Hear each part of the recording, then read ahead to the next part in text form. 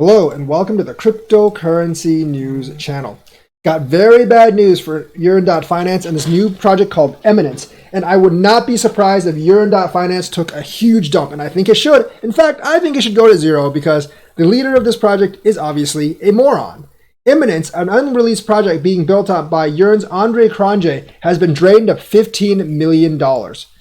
So part of it is the DeFi community's fault because they for some reason like unaudited code, which is beyond stupid for anyone that has been into programming. And that has ended once again in tears and the loss of millions. Eminence, an unfinished economy for gaming multiverse where you can lose multiverses of money, being built by Yearn Finance's Andre I test in production Cronje, which, by the way, people, if you're doing a project, you should not test in production, was discovered by DeFi sleuths after the developer posted art teasers for the project to Twitter. He then headed to bed on September 28th. There was a lot of excitement for this project, which has turned to tears. And tears of idiots are sometimes delicious, but this is just kind of sad. So excitement for the upcoming project quickly reached a fever pitch, with the community FOMOing roughly $15 million into the EMN protocol. However, the protocol was quickly exploited and drained before the hacker bizarrely opted to transfer $8 million of the funds back to Cronje's Yearn deployer account by the time the developer had woken up. So in the 8 hours he was asleep, or however many hours he sleeps, someone hacked it, drained the funds, and then returned about half of them. So the thing is, noting that he has received a fair amount of threats, Cronje announced that the Yearn Treasury will assist in refunding users back the $8 million he received from the hacker. So essentially, he took $15 million, and now he's giving you back $8 million, which means you got screwed out of $7 million. Not trusting this guy. This guy is a moron. Remember, test in production, not a good idea. So if you ever hear of a programmer that works on large, serious projects with millions of dollars saying he tests in production, you should fire that guy and hire someone else that does not test in production. You need to hire someone else that tests on a testnet, because if you don't, stuff like this will actually happen.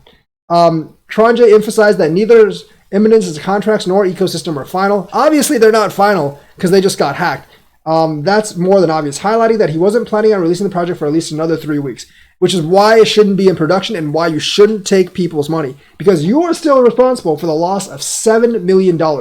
Taking people's $15 million and then giving them back $8, not a great idea. You should pay back the full $15 million. This is just like stupid. DeFi does need some like standard regulations, and people should stop trusting unaudited code because that is just beyond dumb, especially in the light of all these hacks that we've actually had recently.